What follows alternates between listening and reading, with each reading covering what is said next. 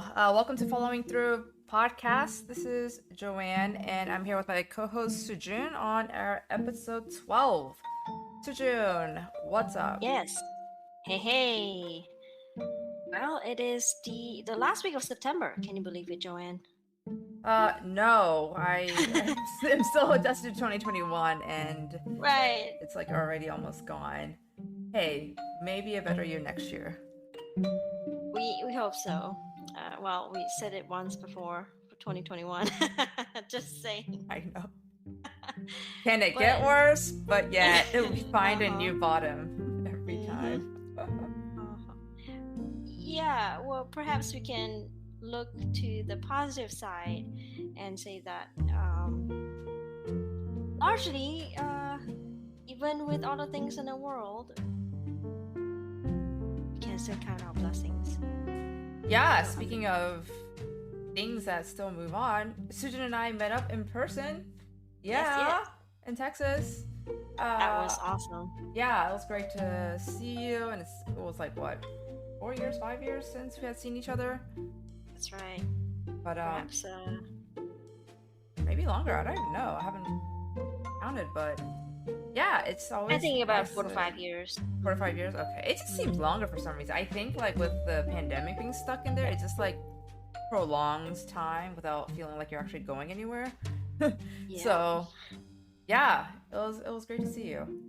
Great to see you too. And this is actually the first trip I've ever made since COVID, since post COVID. And I actually called up Joanne and Joanne asked you tips on how to fly safely. I appreciate that you give me some tips and reassured me that it's gonna be okay. It is okay.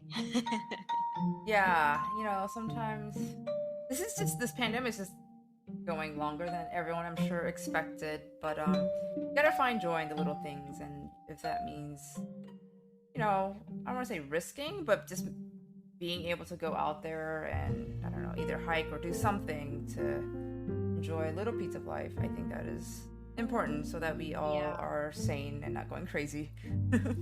Yeah, and I also requested Joanne and a couple other friends to find restaurants that we can sit outside. And I'm still not going into restaurants and take off my mask to eat. So I appreciate Joanne. Joanne, I appreciate you to accommodate my request. Yeah, no, of course. And luckily Texas had, warm, really warm weather at the time, so eating outside was not a problem, especially at night. It was actually a pretty nice breeze at night. But no further ado, let's move on to topics to talk about. And Sujun, I'm gonna have you go first. Yeah, thank you, Joanne. So I think that I touched upon the purpose of work the last time we talked on this podcast, and I would like to unpack that a little bit more because it's come to think of it, it's a very big issue. Mm-hmm. We essentially work most of, if not all of our waking hours. So it better be something purposeful. And like you said before, like last week, the topic tends to, like, at least a lot of our conversations tend to work or circle around work and the issues that come from it. Yeah. Interesting, right? When you think about it. Yeah, there's just a lot of challenges, and but yeah, what were your thoughts about work this time? Yeah. So another thing that before I move on to what I think about work, another thing that we also associate ourselves with is our identity. We associate our identity to the kind of work that we do. Right. And sometimes when you don't have work anymore, sometimes, in the last year, I'm sure some people have lost their job or jobs have changed. You kind of view your life a little differently. And that is what I found to be the topic of the New York Times opinion piece that I read today. It was published 19 hours ago. As of Oh. now, it's Sunday night. Yes, it's during the weekend. The opinion piece came out. It talks about how the pandemic changed the purpose of work for a lot of people. Essentially, what we just discussed, this past year and a half or 2 years, have sort of catalyzed the thought or revisiting the purpose of work for a lot of people. Some have lost their jobs. Some Right. people have to juggle their home responsibilities with working from home, especially for those who have kids at home. So I do not envy them in the very least. Although kids are cute, but having to having to be a teacher for them for gosh 5 to 8 hours, right, a day. Right. Right. Well, after that, still need them to, I don't know, clean up the rooms, be quiet for a second, and while working full time, even if Right. you are able to do remotely. That sounds to me like a very challenging position, which a lot of our friends and people in the world are experiencing. Right. What was the so the article you're saying mostly Uh-huh. talked about how work has changed since the pandemic. Is it mostly talking about like the setting and the remote work that we're doing that the pandemic has changed, or um Yeah, I should probably say that, or I should probably define what they said in the article. It's not about the setting; it's about the purpose. People have, uh, the title is "The Future of Work Should Mean Working Less." So people are having the time, having the reason, and being sort of put in a situation to reevaluate what work means to them. Because some people have moved back to their family, right?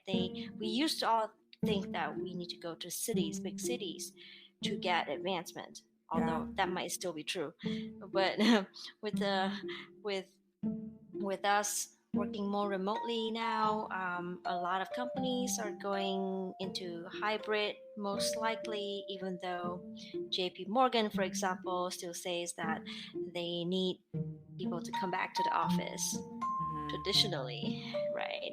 Right, So right. this is seems like an opportunity or a situation where people get to pause and think about what work means to them. So that's sort of what the article is not arguing, but it's painting a picture of. And the author, the author's name is Jonathan Melisic, if I pronounce it correctly. If I didn't, I apologize. And he talked about two examples. He brought two examples up. One is his friend who used to teach at University of Chicago, which of course is a prestigious university. Obviously, I would imagine is very demanding, Right. and she used to devote all her life into teaching and her work at University of Chicago, but she got ill, and that sort of she's forced to change what her purpose of life is, and instead of putting all her mental energy as well as all her time into work, she is forced to leave the job because of her illness, and and found new ways to new ways to live, and she kind of used art to replace work. She started with some painting, and then eventually found a community where she has made new friends to uh, work on exchanging artwork, and Mhm. eventually make art be her life. So my question is she just changing one, replacing one for another, Right. or or did she change her mind about work? So it's kind of still unclear in the article. And so he gave another example where a lot of people are rethinking what work means to them now, after pandemic, working from home versus you have to put the family first. And a lot of people are quitting because Hmm. they thought that the job is no longer meaningful, and these are the more fortunate people who are able to find other jobs remotely, right? I Right. actually have heard, yeah, my colleagues did tell me that so and so very high level executive decided that this is not worth doing and anymore, and he quit. What does Some he do people have the now? luxury. So he apparently he quit to spend more time with his family, but Interesting. that is someone who has the luxury of making such choices. Right, right. Obviously, not everyone And another, can yeah, do and that. Yeah. another, right, another perspective is some people who have lost their jobs now have, what, at least in the last year, received stipend from the government. Right, And that created sort of an experiment where people get money while not working. right. Are they happy? So he's putting a few different scenarios where people are forced to rethink work. So what do Well, you think? Yeah. for in that specific scenario, did they find that people were happy to get like a stipend? Yeah, according to this article, it says yes, but I don't know if he provided any kind of concrete data that Oh, I I see. I would see. yeah stand behind. Right. But I thought that it's an interesting perspective where not only am I thinking about work myself, other Right. people are as well, right? And this is a very unique situation. So I wonder, Hmm. Joanne, if you were getting stipend, I think we have sort of discussed this in a different light before. Right. If you get stipend and you don't really need to work, what would you do? I think I would definitely be doing different type of work. Mm, I think there's a difference between um doing something you want out of financial obligation or just whatever obligation versus doing what you want, and not mm-hmm, all the time it aligns. And I think there are some people out there who are bold enough to explore that and risk not having that financial security just to find what they want to do. And I don't think that's them being lazy or whatever. It's just sometimes it's hard to find that passion, and there's a lot of wondering that mm, you have to do. I yes. think, I mean, this kind of goes to, like, not to make it political, but that whole idea that Andrew Ng talked about universal income. Mm, It's, and he comes from like the tech background, and I kind of wonder that too, because like even in my field, AI and stuff like that, or venture capitalists are taking over, mm-hmm. companies, and they're just kind of replacing people that are replaceable. And at the end of the day, um, if there's somebody cheaper that can do it, they will hire that person, and that's just like Right, how it is. Or and right. then it just comes to towards the end, like even if you look at manufacturing jobs, you'll just have like a robot do it in the end. Mm-hmm. Yeah. So they're it's interesting, but like, would they say that the people who are doing these jobs that the robot could do, like a cashier and whatever, do they enjoy their job? I think they Probably would. not that much. Yeah. Yeah, like I would. If they, Mhm. yeah, if they get stipend and decided to not go back, that's a sign that they didn't want it to begin with. Exactly. Yeah, and like, I do feel bad that these jobs are getting lost, and I feel like there is going to be this, and in every field there's going to be this um shift, just like how our department stores are, like, disappearing, the malls are disappearing, like this shift in work as well, Yeah. that Yeah. some of our jobs are going to be really replaceable. And I would like to see some value in supporting, I guess, financial, like from the government, like just supporting people with a stipend so that they can have at least a basic living while they do something that they actually want to do. Because I think Mm-hmm. humans are much more capable of labor work or just something redundant. Like, I think there's such an untapped potential in each and everyone's human brain that we can use, and I just feel like not all jobs require that creativity from people, and that's unfortunate. I guess Yeah. it's kind of like what I see. I mean, and I say this for my own job too. Like, I don't think my job requires really much creativity. Like, after a certain level of knowledge that you need, after that, it's just redundant. Like, I could be just like an assembly worker. Like, there's nothing Mm-hmm. that requires my brain to contribute. And therefore, they also treat me like another cog in another wheel too. You know, like it's like not. Um, I guess it goes both ways in that sense. I see. I see. You know, I was so surprised, and I didn't really think about that when you said perhaps AI could replace some medical workers Yeah. with diagnosis, for example. That is, I guess, it makes sense because IBM Watson has been trying to cure, or I guess, detect cancer or diagnose cancer Right. for many years, and obviously cancer is a bit more complicated, but I didn't realize until you pointed it out that perhaps um, WebMD galore is really gonna happen. Yeah, and it'll happen in a very gradual way. Like, I mean, obviously, like some of the fields that are easily that happening would be like radiology, where it's more of like a visual thing that AI could Hmm. probably replace. Hmm. Um, Probably better too, right?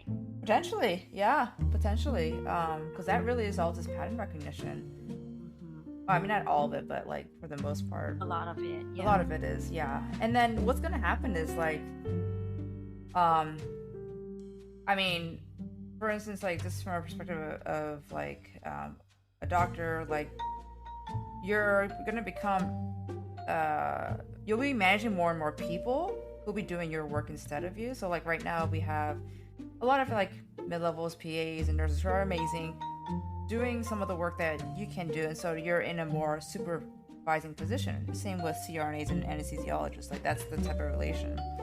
Um, but with that wave, there's going to be more and more of that, I think, happening. Mm. And then whether like the AI comes in and replaces just all healthcare workers, like I think that can happen as well. Like I can foresee even uh like doing some telemedicine work as well, like that just being an automatic process. Like you don't even have to talk to somebody, and Just check what symptoms you have. yeah, like just Just type go. in. It's I mean it's already being done. Like it's already, the patients are coming in with certain answers or certain questions already answered, so that's it. Like then you get whatever antibiotics or whatever if you meet all the right criterias, and so it'll just be like a vending machine. um Yeah, that is crazy. so yeah, I think more and more, like at least for me, I am trying to look for something that would actually require my Yeah. brain. But Mhm. yeah, I don't know. I mean, that what how I think of work, I will say I'm not probably the most optimistic in general right now. I just feel Mhm. like I'm just kind of doing work. I don't Yeah. want to say that's who I am, Mhm. which doesn't mean Yeah. that I don't like to do work. It's just I don't think I'm fully using my brain or my potential at the Yeah. time, you know. But yeah, I what are your thoughts? I think that putting a meaning to work is ultimately is sort of personal. It gotta make sense to you, you Hmm. as in whoever it is.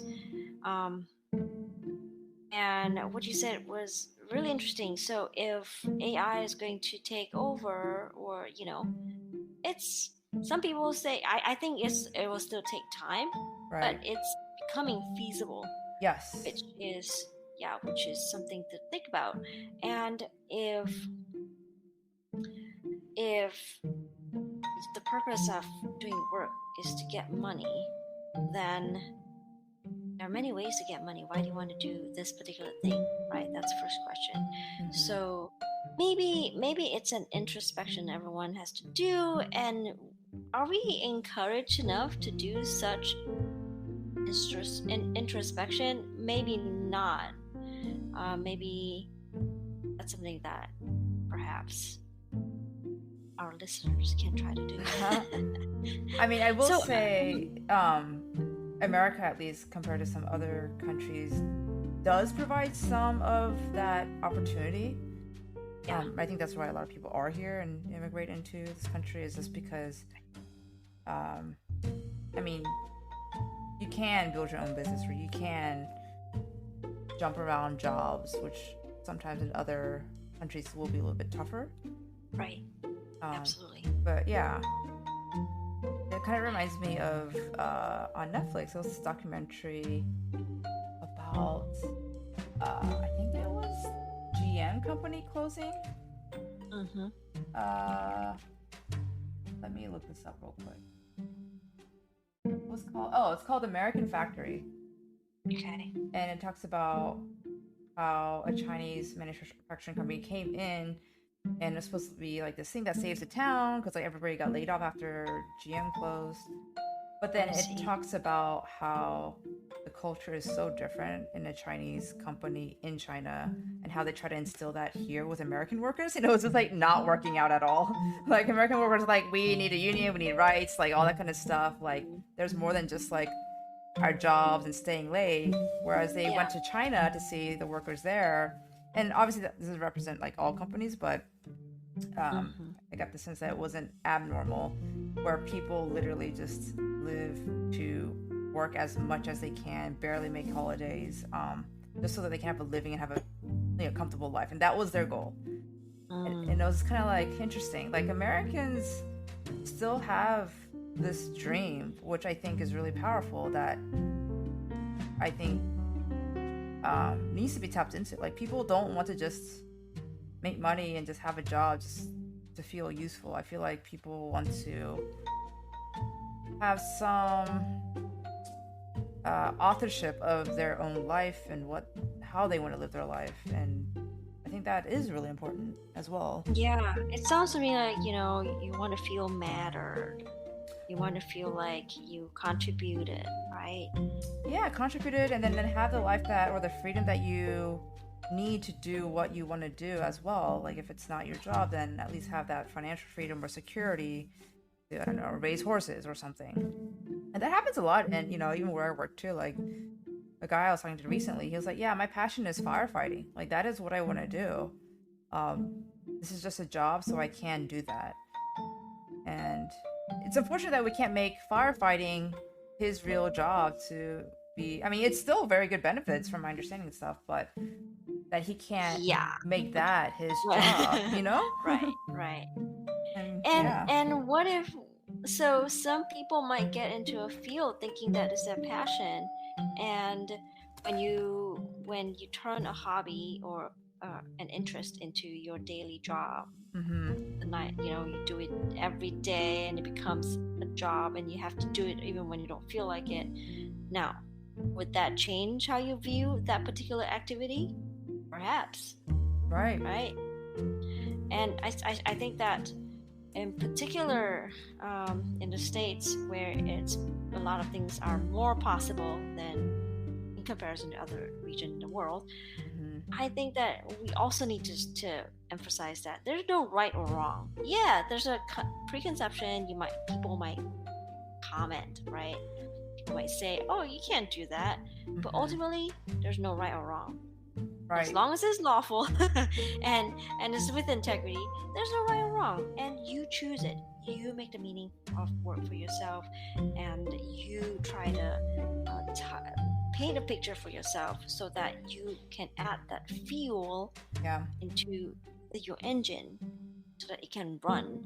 But without that mission, I feel like you have the engine and you kind of don't have the enough fuel to get it running. Right. It kind of I mean, switching slightly or veering slightly towards a slightly different topic is, so this past week I went to Joshua Tree and hiked with a friend, and she has an interesting life in the sense that she's kind of had that wandering pathway. Her and I both working in the same hospital, but she's also done like uh, working for a fashion designer, working for a reality show. Like she now travels to Antarctica, and like she has just like this very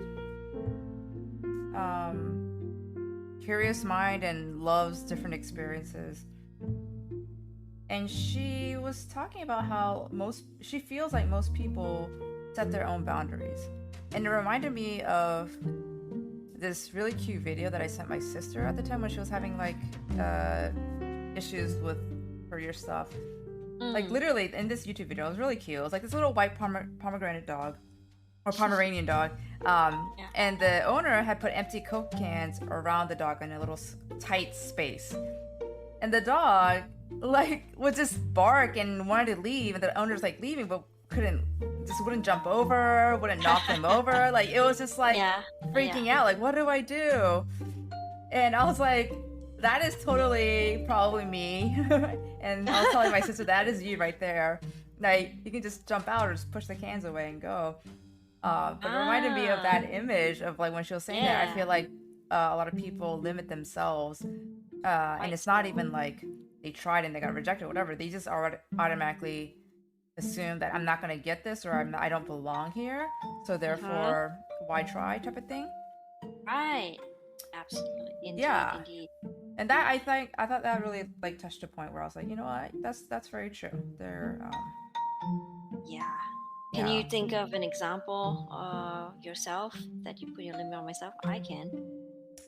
Yeah, definitely. I mean, I would say right now it's kind of like where I'm wondering that as well. I mean, obviously there's like things to think about financially and all that stuff. It's not an easy like, oh, just jump careers and start from the bottom.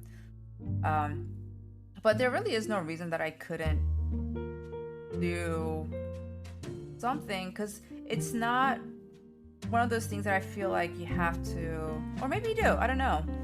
But in my head, I don't think you have to like jump from one to the next completely and like throw away what you have now. No, like, there's more of a gradual way of doing things.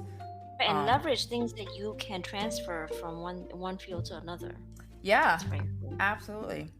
Yeah. So I would say like I'm kind of feeling like that dog a little bit. But it's more of like what truly do I want to do, and I think that's a hard question, honestly. That's been a question that I think I've asked myself a lot and read books about, and sometimes you get kind of conflicting opinions. Some books say like there truly isn't anything that's like something passionate that we all glorify about. Other people say like, yes, find your passion. So who knows? I agree. That both are correct. Both camps are correct, because it really, you only need to fulfill one person's qualification, right? You only need to please one person, which is yourself. Right. Yeah. It's also the hardest person to please. Yeah, and I like your emphasis on just like going back to like, what is your standards? What do you want, as opposed to comparing or seeing what other people do. Yeah, and sometimes I feel really frustrated because I feel like, no, I don't know where I'm going. But the thing is, we gotta break it down. Sometimes we're in this kind of cloud, like kind of what you're describing right now. Yeah.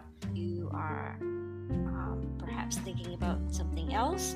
You don't know what it is yet, and you need to go and figure it out. So maybe breaking it down would be a good idea. For example, you want to go somewhere else, but you don't know what. But there are a million different options out there. So maybe choose one or three top ones that are most likely going to work for you, and set 3-6 months for yourself to try it out, kind of like your real estate project.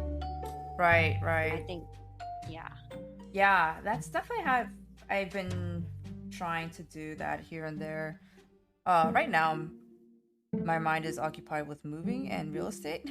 But I think that stepwise approach is really helpful. And that's one thing I did notice with my friend, who is so active and just all over the place, or all over the world literally, is she always has a plan. and she's always having these steps that you're talking about. Um, Mm, so she I applies like that. her already. Yeah, she applies that same energy of like applying to schools and the same mindset of like, okay, this period I'm gonna do these things, accomplish these things, and then I'm gonna have these options available for me so I can choose. Um, because I am totally guilty of just being complacent and being like, all right, it's good enough. Let me just, you know, Yeah, yeah. just stay. Which is not bad. True, true. Yeah. But any last thoughts on that? That was, sorry for the rambling, but that's No, I feel like there's just so much unpacked about oh yeah. work and making meaningful work. And I personally, I ask myself, what is my purpose? What I want to do with work. So I Right. want to learn about the world, use my work as a tool, a vehicle to learn about the world and help others learn about the world. So my job is in monetizing intellectual property. In other words, we're trying to first build products, use intellectual property to build products that can go into the market so that it will solve people's problems. So there's a lot of technology, a lot of opportunities to learn about new technologies in the world. So that is what excites me. So that's my purpose in the world. And tactically, I want to add or create value for anything that comes through my desk, comes through my hands, really, hands Yeah. and brains. Yeah, anything that I touch, I want to create value. And I also see that there's a lot of waste being created at the same time, like duplicated work. Oh For my example, gosh. making, Yes. yeah, right.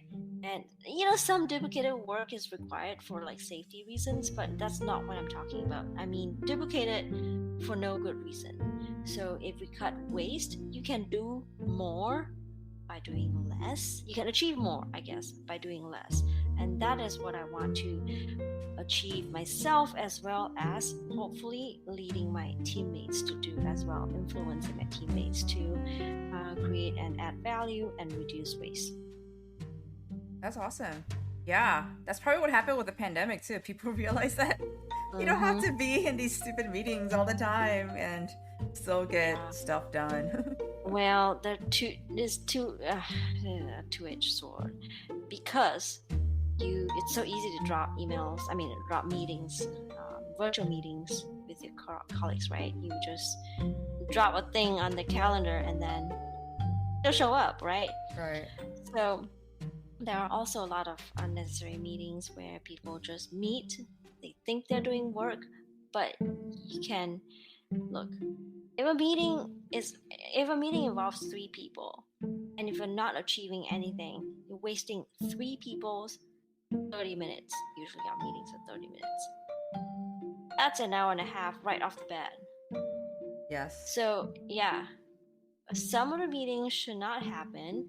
You should go off to your own little room and get things done and be productive. So I have started to push back on some of these meetings, or I will be proactive and bring an agenda to the meeting. Even though sometimes it's not my meeting, I will not say it's agenda. I will just bring question or thoughts or ideas or suggestions to meeting. That's how I try to add and create value. But at the same time, I also need to accept that there are times when I will not be able to move my colleagues to do anything beyond creating waste. And in that situation, I have gotten frustrated before, and that just does not help anyone. Definitely not helping me.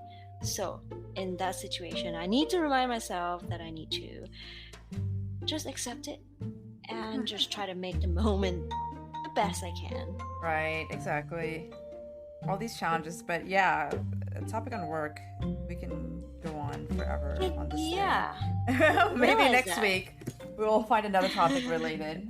We can talk a whole 30 minutes about just meetings in general. Right. But you went for a long hike with your friend. you said. So tell me more about your hike.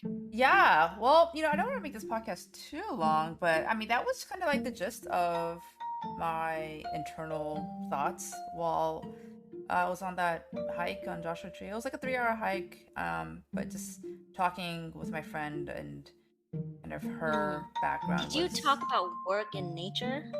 Oh, yeah. Oh my yeah. goodness. We talked about life, work and life Okay. often hand in hand. Intertwined. Yeah. Indeed. She is also in a Okay. stage where she is pivoting her career, so I see. she's having to decide, and she's giving herself a few months to make that decision. So, yeah, it was a nice reflection.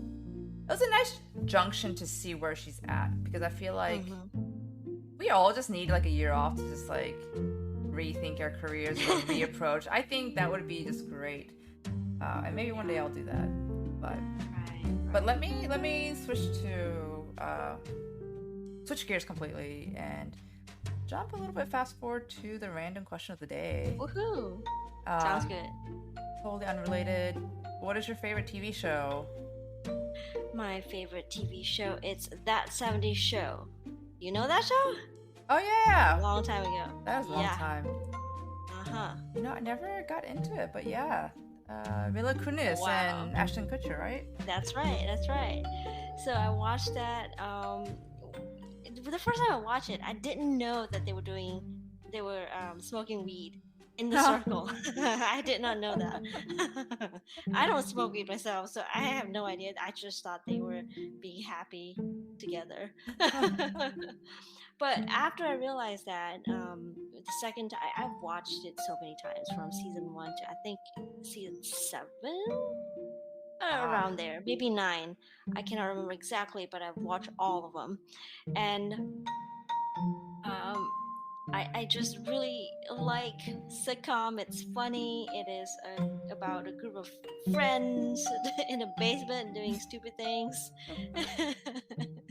and just the 70s is kind of like the culture, and then the current issues back then, and then the fashion. So those things are all really intriguing.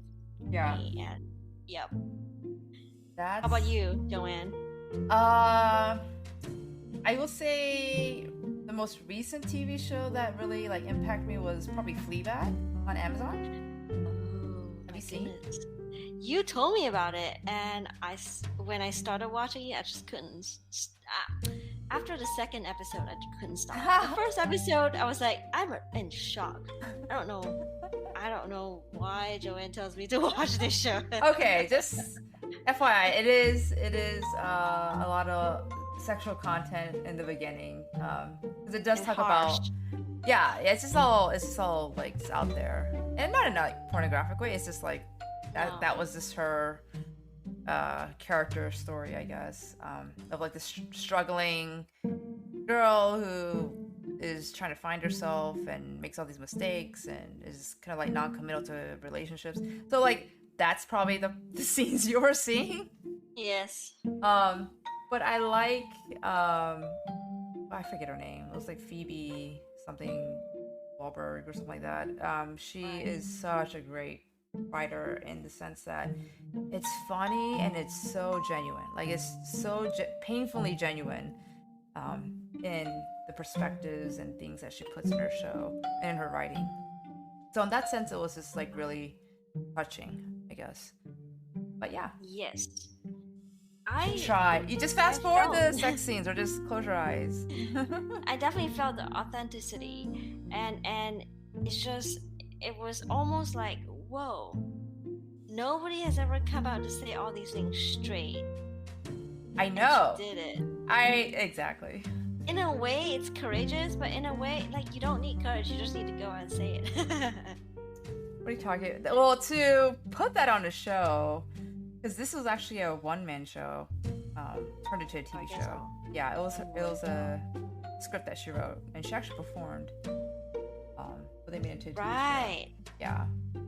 I think it does require a level of confidence too, or like a boldness to reveal all that, because it's it's not pleasant. Right. Yeah. Yeah.